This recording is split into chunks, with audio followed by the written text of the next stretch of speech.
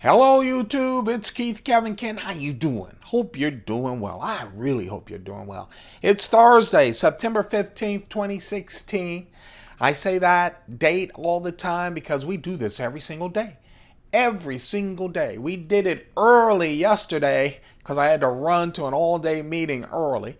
We did it late the other day. On the weekends we do it late because I'm a couch potato and I'm just refuse to do anything.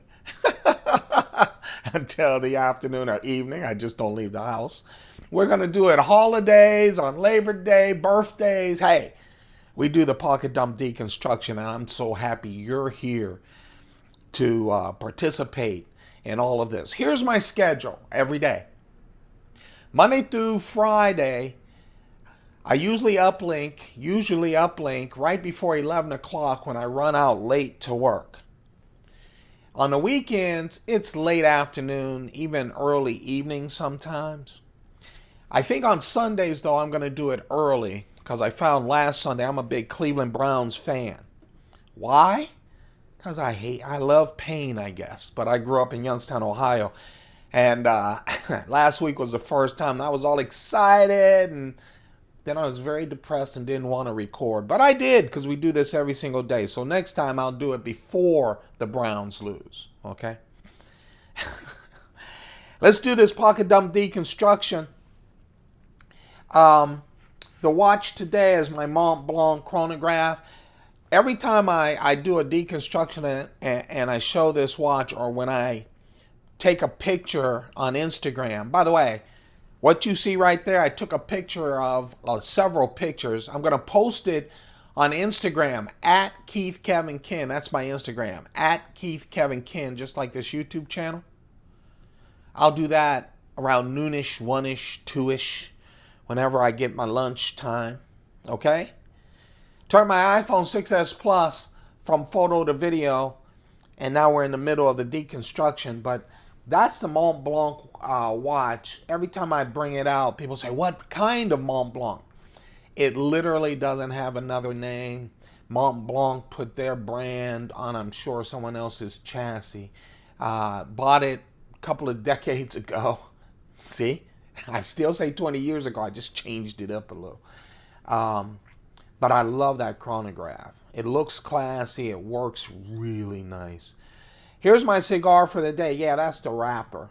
They come in this nice wrapper. I keep it in there until I'm ready to smoke it. That's Fonseca. Fonseca is a Cuban cigar that is a cheap Cuban cigar. Here's the great thing. It's rare. A wonderful tasting, hand-rolled Cuban cigar that is cheap. And this is that one. So I buy these in the box. Excuse me, I buy boxes of these because they're so inexpensive, but I really love that smoke. I haven't smoked it in a while, though. Schoen pen, Schoen design pen, that's my pen. For years, I just carried my work pen around. But this is just a nice, it looks good. It's a wonderful cylinder. This one is brass. Just simple, nice pen. Beautiful. Made in Massachusetts, in the US of A. You know what? On 9/11, I went out for friends, and one of my friends owned this great, wonderful, huge Irish pub. He's Irish. Irish pub. He's also a cop, and just sitting with him and some first responders and just up until midnight, that's where the hangover came, but just great Irish whiskey, smoking cigars, wonderful conversation with these heroes. I just loved it. My wallet is one of my Finn Coach wallets. You guys say, man, you always do Coach and you do Mont Blanc. Yeah, I keep stuff a long time. You know, image still matters. You know, I'm in business. I'm an older guy, but not as much as it used to when you're a consultant. I used to have have a lot of suitcases, watches, everything. It was all depending on which client I wanted. If it was a down-to-earth client, I had all my down-to-earth stuff. Excuse me. If it was some ritzy client, I had all my ritzy stuff. If it was in between, I had all my in between. Hey, I was selling me. Did pretty well at it. So I usually had 3 or 4 of everything. Now I don't have to buy anything. And I love things worn in. I love things worn in. That's one reason I have a lot of classic Spydercos. I actually shake just the history of it. I know, I'm crazy. I'm not crazy. I think you guys, most of you are men. And if you're a woman, I'm going to tell you a little bit about men. I spent all my time holding stuff in, and not in a Dr. Phil's kind of moment. It was just day to day. Things happen. I'm a man. I have to deal with it. In the back of my mind, I always said, when I get a certain age, though, I'm just going to let it all out and just live and feel. Yeah. Hey, if you need to make money, you still need to do some of those. But it's like having your finger in the dike, you know, in a dike, a wall that's holding back water, and there's a little leak, and you put a finger in, you put another finger, you put another finger, and then all of a sudden it starts leaking over the top and stuff. And that's why you guys know sometimes I get emotional when I'm talking about, you know, why we don't all get along together and all of that stuff. It's that emotions going over the dike. Same thing when I deal with some real classic knives and all of that. Craftsmanship turns me on because I'm not a craftsman. Okay. I love seeing people make stuff. Anyway, yeah, I digressed. Sorry. Hey, I'm going to digress one other time while I give shade to my coin of the day. My lucky coin, silver coin, is a 1993 Chinese panda coin, which is a real nice coin. I always carry a silver 1-ounce coin from around the world as a good luck coin. Hey, talking about, I love movies. I love all kinds of movies, but I love reading books. Now I just listen to books on Audible. Not a sponsor. I love, talking about craftsmen. I don't make anything. And I'm not ashamed to say it, you know. I'm the guy that hires the boy to cut the grass and smiles as he cuts it. So happy. My contribution, right? Anyway, I saw this wonderful film. Hey, if you don't like reading your films, this is not a good one. I don't like reading mine usually either. But this is it. I forget the name of it. See? Old guy. But it's a film about these folks who make sake. It's like 90 minutes. They go away for like 6 months, leave their families and everything to make handmade sake. They could do it the fancy way, but they want to do it handmade, and they're hired and they live there together and everything. Man, what a wonderful. If you like craftsmanship, Google it, right? Sake, making sake film. It's a great film. Okay, sorry about that. I talked about the coin, right? Yes, I did. Here's the carry. I have a carry. I have a knife that got away because I'm expecting a knife in the mail today. Yeah, I went ham. I went crazy on buying knives, and now I'm seeing other knives I want. And the money, I have to wait a week and a half before I get money again. But let's talk. And then I have another couple of knives as the knives that got away in a quick discussion. Man, since getting this, I've watched this man bug for over a year, and it would pop up, and someone would ask way too much for it, and I'm like, it's just a small thing. But man, I finally found it at a good price, and man, good shape. I love this man bug. You know, first, I'm always looking. I always think I have enough keychain knives, and then there's always a point where I go, I need more keychain knives. Little knives, especially well-built little knives for the keychain, when you're looking at Spydercos, not cheap. You know, Serge, Pachenko, claw coins, not cheap.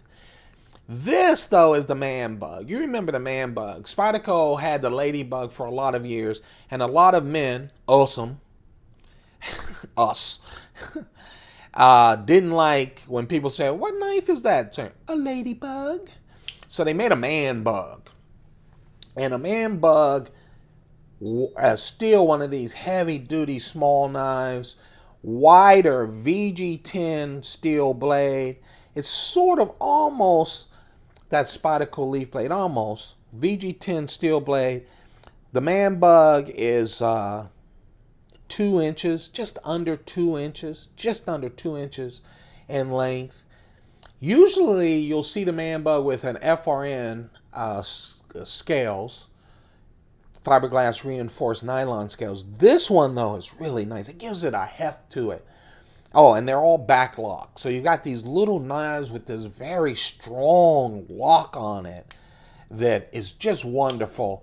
Drop in your pants, drop in your pants pocket, okay? Drop in your purse, do whatever. This one, though, has gray G10 stainless steel bolsters on it, okay? Gives it a little heft and weight. It's a classy little knife.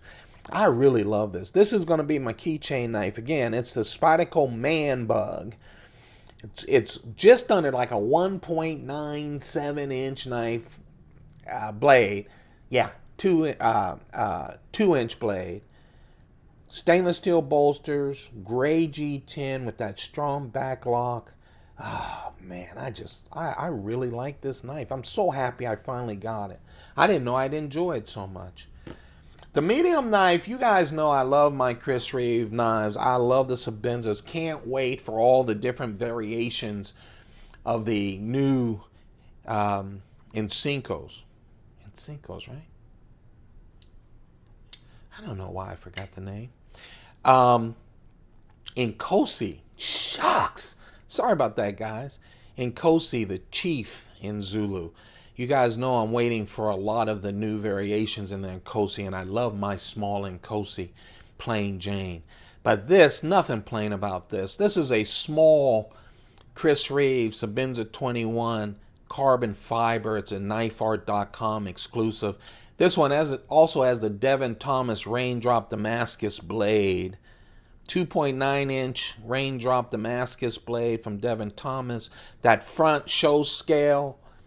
Oh, fine carbon fiber, light. And then, of course, on the back, that slab of titanium with the Chris Reeve integral lock. Man, you're talking just a wonderful knife. This, I love my Menendez. Love my Menendez. But, oh man, this, that's a gentleman's photo. I'd love it. And you guys know I love my medium to small knives, and this is just excellent. Definitely in my top 5. And then I haven't carried my baby in a while. One of my newer purchases. It is a Paramilitary II, of course. This was an exclusive from Blade HQ. Spyderco does a lot of exclusive, whether it's Knife Center or whomever, where they actually have the company buy out the entire run. So Blade HQ bought all of these, made an order of these. And of course, you know, they went in one day. Okay. But they are on the secondary market. You can find them. A couple of things about this Paramilitary II. First, it is a Paramilitary II, which is just, you know, the Rolls Royce of the Spyderco line, I'll tell you. It has that compression lock that just is wonderful. Smooth as silk right out of the box. Perfect EDC size. Just, man, just perfect. 3.4 inch blade. And I say I like medium blades. I think it's just how this feels in the hand. It doesn't feel too big. It just feels perfect. I love that almost 50-50 choil. Almost 50% of the blade and the handle, I like it. If it's not 50-50 blade and handle, I love when Spyderco gives it a little bit more handle so you don't waste that blade. They do Ford Choros just wonderful. Yeah, it has jimping. It's a Paramilitary II. It's a wonderful knife. Couple of things different with this knife as the exclusive from Blade HQ. First, you can see right off, this is called Natural G10. People have been calling it all kinds of jade handles and all of this, but it's Natural G10. You can kind of see through it. So you can see the nested liners in this. You can also see that they're skeletonized. See that hole in the liners? Hole right there underneath the clip. So you can really tell that this is light. This G10, it gives you that smooth kind of grip to it. It's smooth G10, not rough. And of course, it's natural, see-through, so it's just a wonderful, classy addition to it. The other thing they did, and this is even more important, is for the blade, it's CPM M4. Spyderco has been releasing a lot of knives with that super steel M4. Really holds an edge, very strong. It first popped up with the Gale Bradley. I mean, in my mind, I'm sure it popped up elsewhere, but from Spyderco's point of view, the first Gale Bradley, all of the Gale Bradley knives, whether it's Gale Bradley 1, Gale Bradley 2, the Gale Bradley Air from Spyderco, all had M4. And now they're using them and using the blade in a lot of other knives. That's steel. This is a very special knife. The only downside to, and you guys know I'm not a steel expert, right? However, here's another aside. However, you guys can comment. I love your comments, by the way. I read every single one of them. I love when some of you guys, because I haven't gotten back to people, I'm so late in getting back to people with comments, jump in and answer the questions for me. Man, I love when you guys do that. Thank you. Thank you. Thank you, community. I just love when you do that. I appreciate it. But don't, this is a little touchy thing from the old guy. Not, you know me. We're having fun. Nothing is that touchy. But don't ever say I don't know steel. I'm from Youngstown, Ohio. We were built on steel. Okay? There are generations of my folks who work steel. Look at me getting emotional again. Until we moved it all, across the borders. And that's not a political statement. That's a life statement and put a lot of people out of work. So I know steel a lot better than you do. Buying a knife and reading about different steels, one thing. Living with family who fed you and had a life worth, generations worth of making U.S. homemade steel, buddy. Okay, and seeing a whole city die. Don't ever tell me I don't know steel. All right. Now, I don't know fancy stuff like you guys because I don't have time to read up on it. I'm sorry about that digression, but I do get angry when I see that because I get it's internet. I know they're talking about knife steel. I know a lot of them are young, but don't tell a guy who lived in Youngstown, Ohio, Steel Town, Google it, about steel and tell me I don't know steel. I know steel. All right. I know American steel. All right. I know Ohio-made steel. Okay, enough. I'm back. Sorry about that. However, it's fair to say I'm not a knife steel guy, but this is a wonderful steel. The one drawback is it's not a stainless steel, so it will rust on you. You got to take care of that stuff, all right? You just have to take care of it, and you can, and it'll be very good for you. This is M4. This is the Blade HQ exclusive Paramilitary II, and that is my carry. Later on this afternoon, early, you'll be able to see it on the Keith Kevin Ken. See, my ramble threw me off. Instagram, come join the feed. Don't forget to thumb this up. Go crazy on the thumb ups. Hey, I'm sorry I digressed on the Youngstown, Ohio, but remember I told you we do this every day. Little by little, you learn more and more about me. So sorry about the steel thing. Anyway, please thumb this up, share it, let people know we're out there here. And also, please subscribe. We are making our way to 1,000. Once we get to 1,000, we're going to go gangbusters with all the Spydercos. I talked about how I react to classical Spydercos. Man, I got half a Pelican 1600 of classic Spydercos. So if you want to see a grown man get wimpy over knives, hit that select button. That, my friends, that's the carry. That's the deconstruction. Don't forget on Instagram at Keith Kevin King. You can check this out. But you know what? Look at this. Fail. This ain't Instagram. I had the lock on it. This is a Spyderco automatic knife. It's the Spyderco Citadel automatic. Man, I collect Spydercos. It is so hard because I started collecting only, maybe 2.5 years ago. I missed all of the wonderful embassies and citadels, and it's hard. They're hard to come by. And I know the original prices because I have all of the old catalogs from Spyderco. They were reasonable prices and all of that. Of course, Spyderco ran into trouble with the government on automatics and shipping automatics overseas and selling automatics, and they got a hefty fine. Some say maybe as much as $1 million. And that's why they have a balisong, a creative balisong knife that we don't see in the U.S. It's only for foreign. That's why I think they even ask people to send back their automatics. And so they're real heavy duty, clamp down on them. If an automatic happens on eBay, Spyderco takes it down. Okay, and I don't blame them. I mean, they were super burned. While everybody else is doing automatics, you can go Blade HQ and get a bunch of automatics. I own a lot of automatics. I'm allowed to carry them where I live. Spyderco is very... This one was posted on eBay. I do get great knives on eBay because I know a lot of the vendors. This one came up like 2 a.m.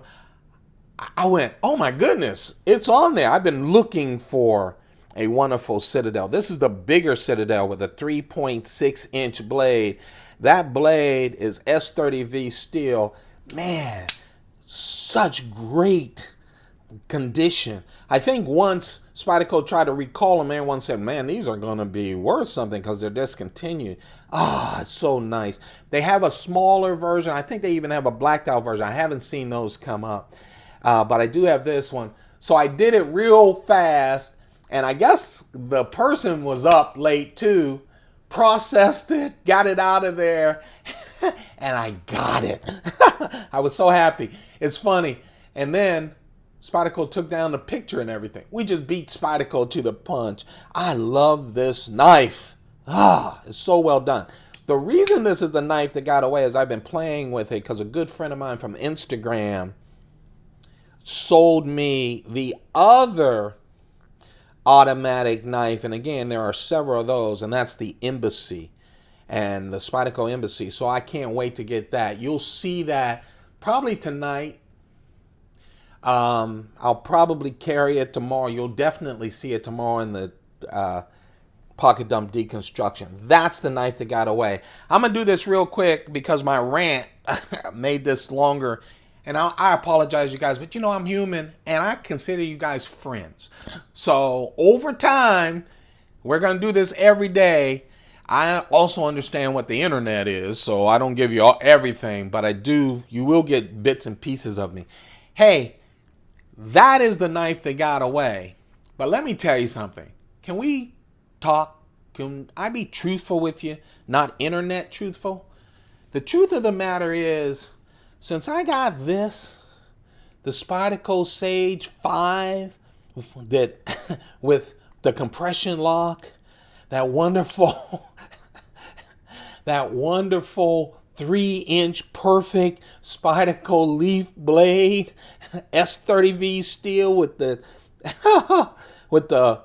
clip. Since I got that, and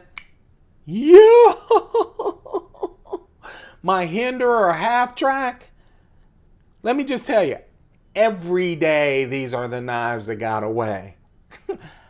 You ever make a purchase and went, man, I got that right. These two in one buying cycle, oh man, I got it right. Oh, I love these knives. I love them. So if I wasn't doing deconstructions, which by the way, I told you that's one reason I do it, because I would have these in my pocket every single day and forget all my other knives. I don't want to do that.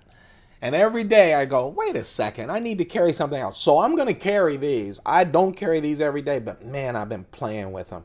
Again, Spyderco Sage 5 with that compression lock. It's like having a small Paramilitary II. And the even newer Hinderer half track, a brand new design from Hinderer. You guys know I love these little knives. This Hinderer S35VN steel, 2.75-inch blade. Man, it flips like a dream. Anyway, I just wanted to be truthful with you. These are the knives that have gotten away all week long. But this is the knife that I was really considering doing instead of the Paramilitary II. I've been flipping it in anticipation of the new knife that I've gotten. That is, of course, this one right here is a Spyderco Citadel, and I'm looking for the Embassy automatic later this evening. Hey, you guys, love you. I'm happy that you guys joined me. I really appreciate you. Sorry for the steel rant, but that's such an emotional, deep down gut kind of thing. Let's see what else. Oh, don't forget, all the other stuff. Don't forget to subscribe. Hey, you guys, have a perfect day. Find a little time for some joy. All right? Do that, man. Every single day. Just find it. Keep those pockets full. Goodbye.